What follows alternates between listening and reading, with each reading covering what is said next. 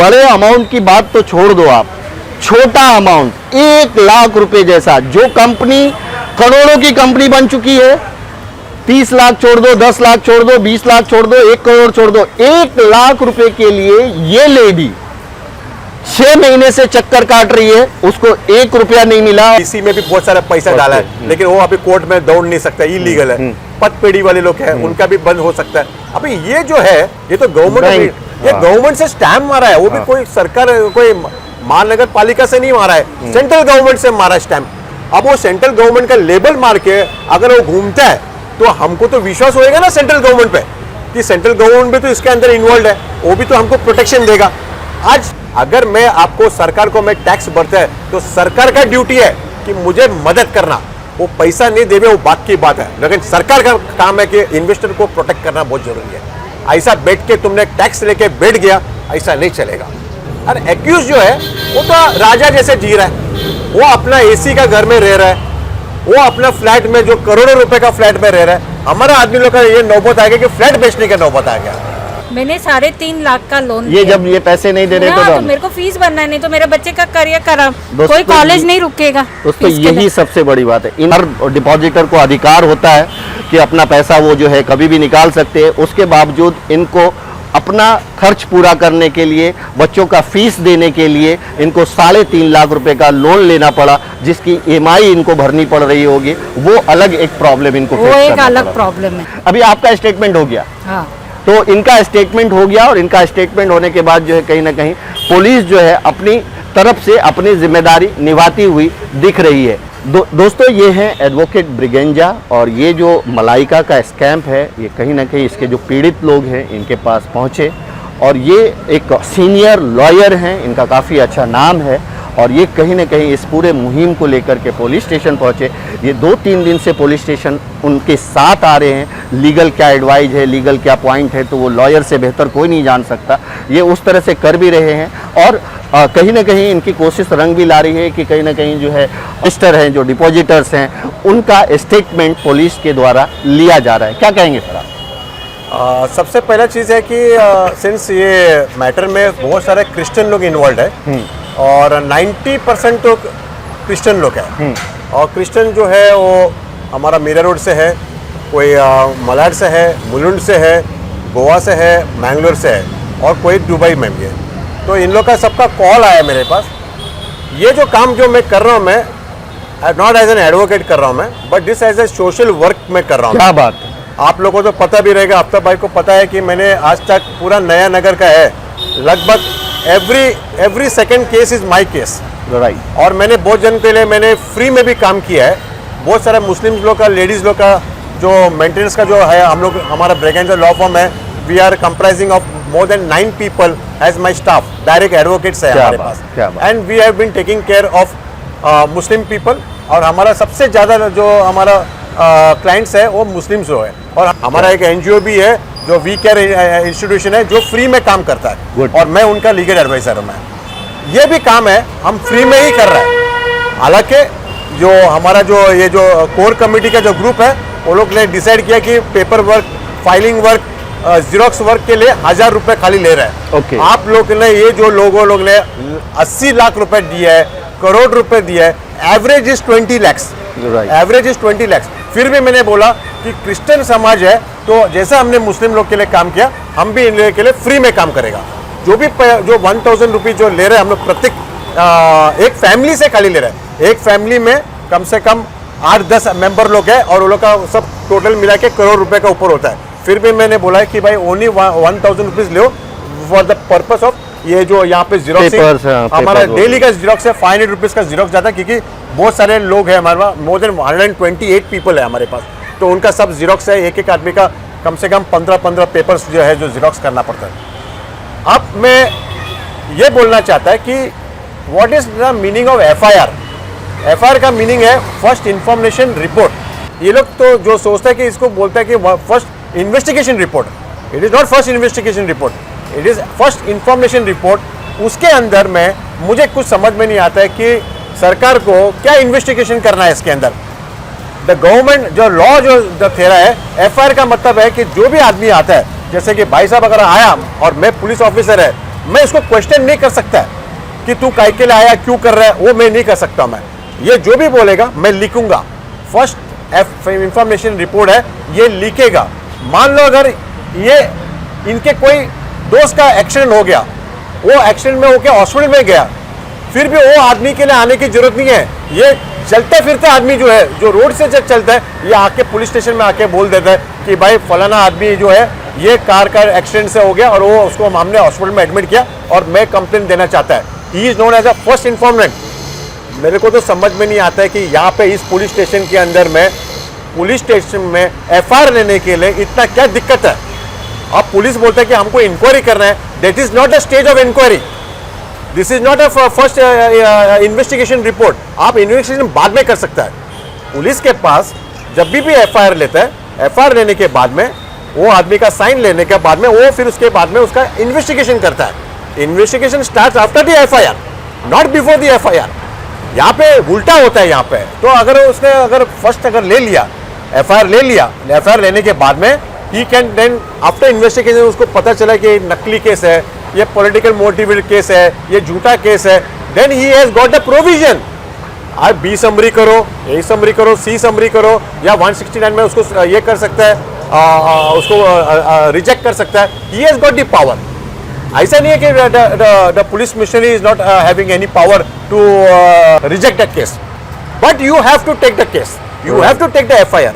यहाँ पे हमारा जो क्लाइंट्स लोग है, ये गया 3-4, आप लोग तो मुझे देख रहे हैं, हफ्ता भर भी देख रहे हैं कि मैं 3-4 दिन से मैं धक्का खुद खा रहा हूँ मैं। ये तो ठीक है, कोरोना वायरस का टाइम है तो I am having some more time, तो मैं मेरा टीम को लगा दिया काम पे और मैं खुद यहाँ पे बैठता हूँ। मैं I am sitting at this particular place right up to 8 o'clock in the night. I'm here. From 9 o'clock to 9 o'clock I am over here in this police station trying to make arrangement to see that we can get the FIR.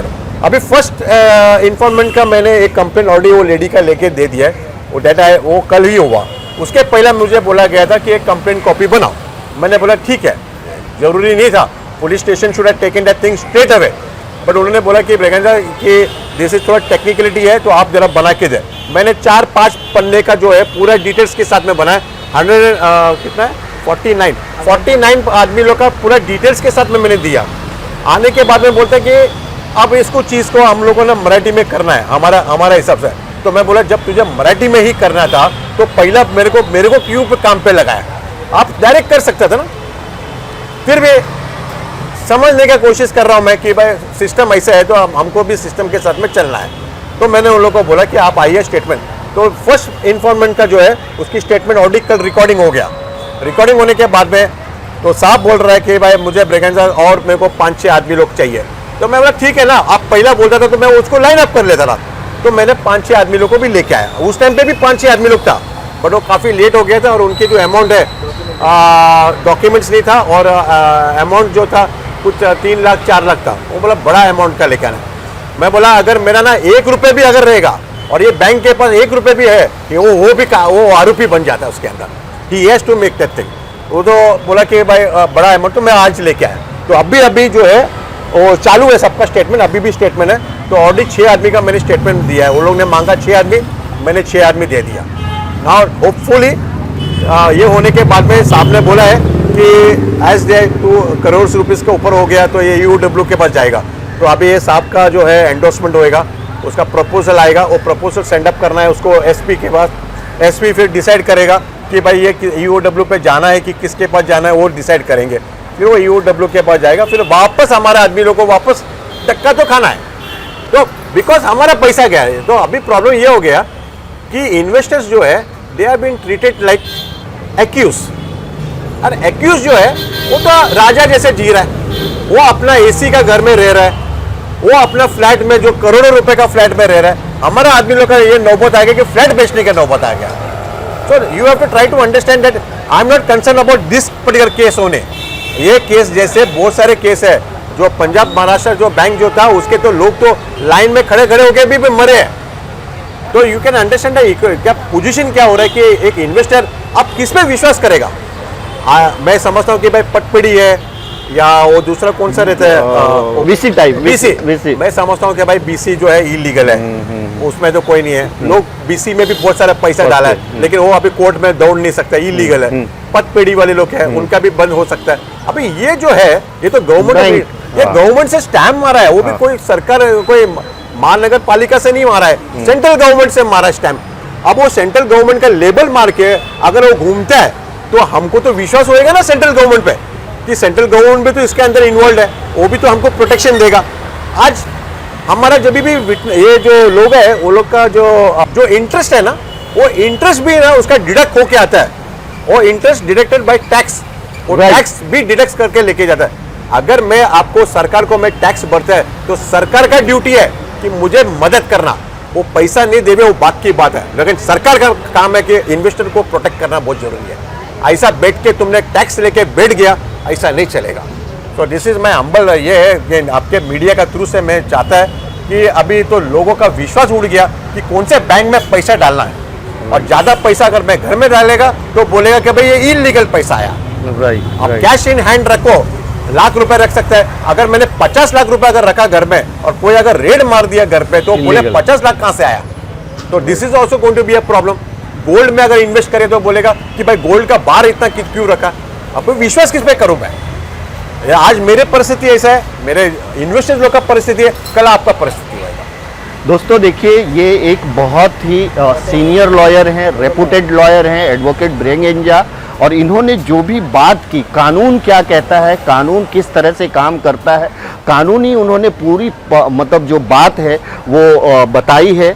और दोस्तों सबसे बड़ी बात कि देखिए, मैं जानता हूं इनको कि ये एक बड़े लॉयर हैं, इनके लाखों रुपए फीस है, बिना फीस लिए ये सिर्फ और सिर्फ हेल्प करने आए हैं कि जो लोग पहले से लूटे हुए हैं उनसे क्या पैसे लूं। और एक आदमी से सिर्फ 1000, एक फैमिली से 1000 रुपये, आप समझ रहे हैं, जो जेरोक्स वगैरह ये करने के लिए वो मतलब इनको, और उसके बाद ये किसी कोर्ट में जाते हैं तो वो 1 घंटे के लिए, 2 घंटे के लिए जाते हैं और उनका एक बड़ा फीस होता है। ये सुबह से लेकर शाम तक इन इन्वेस्टर को न्याय मिले, इनका केस दर्ज हो, उनका पैसा वापस हो, इसके लिए एक सीनियर लॉयर पूरे दिन पुलिस स्टेशन के बाहर खड़ा रहता है।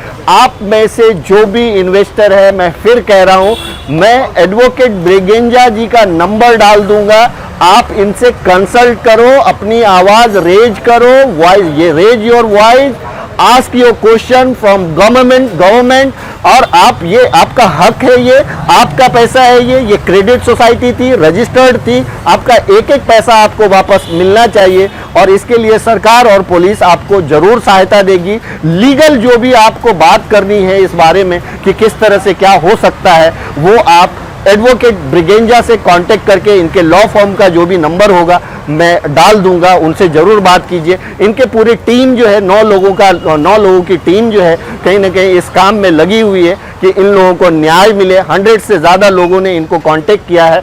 आप सब अपनी आवाज़ उठाइए, आप सब अपने कमेंट्स कीजिए, आप सब अपने इन बातों को इतना शेयर कीजिए कि ये सीधा सीधा सरकार तक पहुँचे, आपको इंसाफ मिले और आपका पैसा वापस मिले। Thank you so much. 2 दिन पहले हमने एक न्यूज़ दिखाई थी, मलाइका कोऑपरेटिव सोसाइटी करके जो एक संस्था थी, उसमें जो है करीबन 3 से 350 करोड़ रुपए का जो है स्कैम दिख रहा है इनिशियल स्टेज पे। और इसको लेकर के इन्वेस्टर बहुत परेशान है। इन्वेस्टर को कई महीनों से ना तो इंटरेस्ट मिल रहा है, ना कम्युनिकेट किया जा रहा है, ये सारा चीज़ है। ये मामले को लेकर के 2 दिन पहले ये लोग पुलिस स्टेशन में आए थे और उन्होंने अपनी जो है अपना स्टेटमेंट देना शुरू किया। मिरर के सीनियर पीआई संदीप कदम जी से हमारी बात हुई। उन्होंने कहा है कि हम इस मामले में कंप्लेनेंट का जो भी स्टेटमेंट है वो ले रहे हैं, और पूरा जब स्टेटमेंट आ जाता है तो उसके बाद जो है जिस तरह की भी कार्रवाई होगी हम जरूर करेंगे। क्या नाम है मैडम आपका? मेरा नाम लवीना डिमेलो है। क्या आपका क्या प्रॉब्लम, कितना इन्वेस्टमेंट हो गया था? मेरा 40 लाख है। मैं विक्टिम हूँ और मैं काफ़ी टाइम से गिलबर्ट सर के पीछे हूँ कि मेरा पैसा दे दो, पैसा दे दो। वो तो दे रहे नहीं। अब उनका तो हो गया, अभी मैं 2-3 दिन से पुलिस स्टेशन में भी आ रही हूँ। पहला इंग्लिश में मेरा मैटर टाइप हुआ एडवोकेट के पास, फिर उसमें मराठी में टाइप हो गया। परेशानी इतनी हो गई है कि घर पे मेरे बच्चे ऑनलाइन स्टडीज़ कर रहे हैं, उनको खाना टाइम पे नहीं मिल रहा। मैं पूरे दिन इधर हूँ।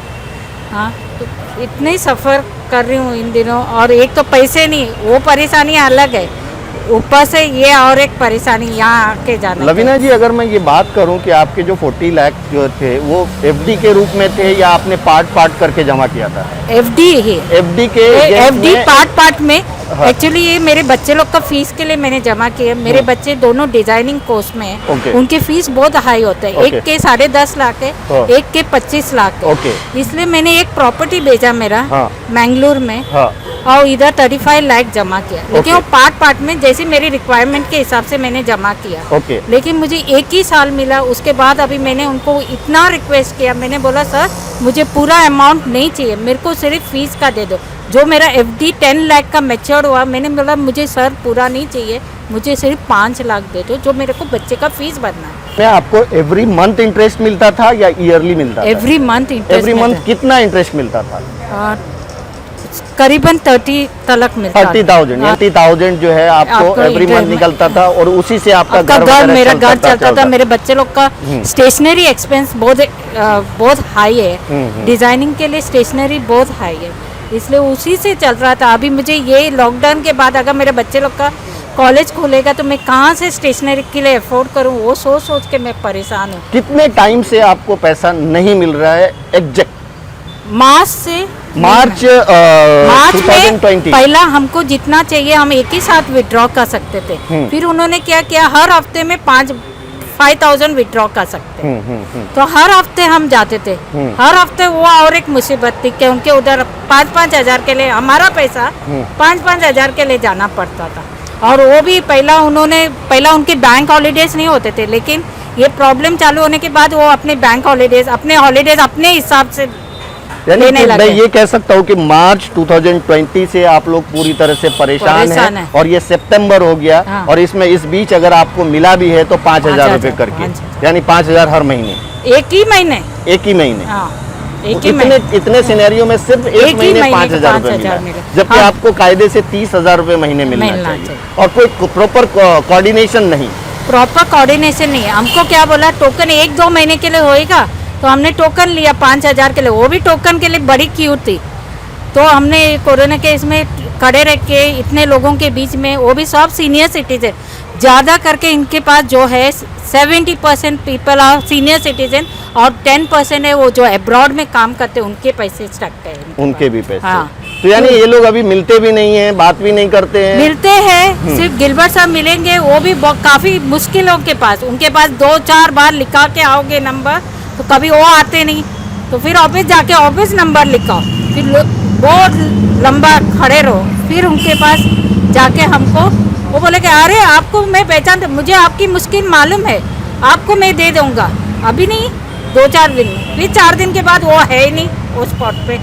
यानी सबको ऐसा ही कहते होंगे जो भी जाते होंगे। और जितने मैं जितने मीरा रोड में मैं किसी को पहचानती नहीं थी। मुझे घर और मेरा दूसरा हाउस के अलावा क्योंकि मैं हाउस वाइफ हूँ और मेरे ट्विंस बच्चे थे, तो मैं ज़्यादा बाहर नहीं जाती थी, क्योंकि मेरे को उनके काम में मैं बिजी रहती थी। लेकिन इनके कारण मुझे जितने नहीं पहचानते थे मीरा रोड में, अभी सब पहचानने लगे। दोस्तों, ये लवीना जी हैं, देखिए बहुत बड़ी तकलीफ है।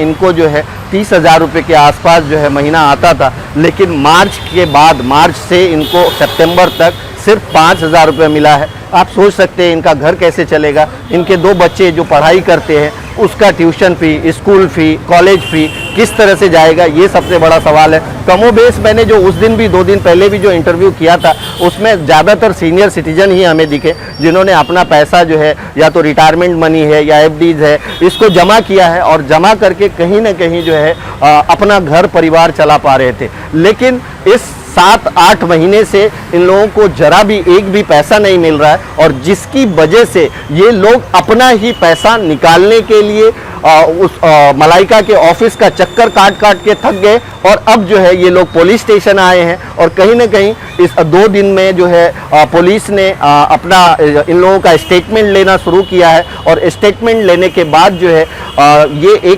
अगर 1 करोड़ से ज़्यादा का मामला होता है तो ये EOW में जाएगा, और अगर यहाँ पे अगर इनका स्टेटमेंट प्रॉपर होता है तो उसके बाद जो है इस पे FIR वगैरह दर्ज होगी। अभी आपका स्टेटमेंट हो गया? हाँ।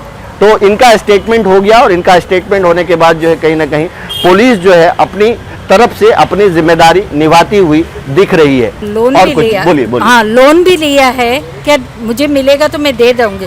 अब लोन पब्लिक को मेरे को फेस करने को, जिनसे लोन लिया है मैंने। कितना वो लोन लिया आपने? मैंने 3.5 लाख का लोन ये लिया। जब ये पैसे नहीं दे रहे हाँ, तो तो मेरे को फीस भरना है, नहीं तो मेरे बच्चे का करियर खराब, दोस्तों, कोई कॉलेज नहीं रुकेगा। दोस्तों फीस के यही लिए। सबसे बड़ी बात है। इनका अपना 35 लाख रुपया एक जगह जमा है, बैंक जैसे यानी क्रेडिट सोसाइटी जैसे कंपनी में जमा है। जो पैसा ये कभी भी निकाल सकती हैं, ये हर डिपॉजिटर को अधिकार होता है कि अपना पैसा वो जो है कभी भी निकाल सकते हैं। उसके बावजूद इनको अपना खर्च पूरा करने के लिए, बच्चों का फीस देने के लिए इनको 3.5 लाख रुपए का लोन लेना पड़ा, जिसकी EMI इनको भरनी पड़ रही होगी। वो अलग एक प्रॉब्लम इनको वो फेस एक करना अलग पड़ा। प्रॉब्लम है। दोस्तों ये एक और इन्वेस्टर है। आपका क्या नाम है और आपकी क्या परेशानी है? मेरा नाम शारोन है और मेरी परेशानी है कि मैं लगातार मिस्टर गिलबर्ट के यहाँ पे आती थी, उनसे पूछती थी, रिक्वेस्ट करती थी बार बार कि मुझे मेरा पैसा लौटा दो। और इनकम भी, उनका पैसा भी बहुत कम है, कुछ ज़्यादा अमाउंट नहीं है। और वो मना करता रहता है, बोलता है कि आ जाओ, कल आओ, तरसों आओ, दूसरे महीने आओ, 6 महीने के बाद मुझे तुमको मिलेगा। लेकिन बहुत अमाउंट भी बहुत थोड़ा कितना है, अमाउंट है आपका? अबाउट 1 लाख। 1 लाख रुपीज है। और 1 लाख रुपीज के लिए आप कब से उनका चक्कर काट रही हैं? अभी 6 महीने हो गए। 6 महीने। हाँ। अभी तक आपको अमाउंट नहीं मिला? कुछ भी नहीं मिला। तो दोस्तों बड़े अमाउंट की बात तो छोड़ दो आप, छोटा अमाउंट 1 लाख रुपए जैसा, जो कंपनी करोड़ों की कंपनी बन चुकी है, 30 लाख छोड़ दो, 10 लाख छोड़ दो, 20 लाख छोड़ दो, 1 करोड़ छोड़ दो, 1 लाख रुपए के लिए ये लेडी 6 महीने से चक्कर काट रही है, उसको 1 रुपया नहीं मिला। और मैं इस लेडी के बारे में आपको बता दूं कि इनकी फाइनेंशियल कंडीशन वाकई में बहुत खराब है, क्योंकि इसके पहले भी इन्होंने मुझे 2-4 बार ये फोन करके बताया था कि सर हमें बहुत तकलीफ है, किसी तरह से हमारा थोड़ा सा पैसा है, अगर मिल पाए तो मेरा घर चलेगा। ये लेडी वाकई में दोस्त बहुत तकलीफ में है और इनका 1 लाख रुपया जो कंपनी नहीं दे पा रही है। बाकी के डिपॉजिटर्स, बाकी के लोग अगर ये सोच रहे हैं कि आप अगर आगे नहीं आएंगे और आपको वो जो है गोल गोल बातों में घुमा करके आपको पैसे देगा, आप ये जान लीजिए कभी नहीं होगा। ये मेरा एक्सपीरियंस नहीं, आप हिस्ट्री उठा के देख लो। जो कंपनी उड़ गई वो उड़ गई, वो वापस कभी भी बैठ के आपको पैसे नहीं देती, इसी तरह से पैसे निकलता है। आपको उसके खिलाफ आगे आना चाहिए, कंप्लेन करना चाहिए और इस तरह की कंपनी में पैसे इन्वेस्ट करने से पहले 1000 बार सोचना चाहिए। Thank you so much.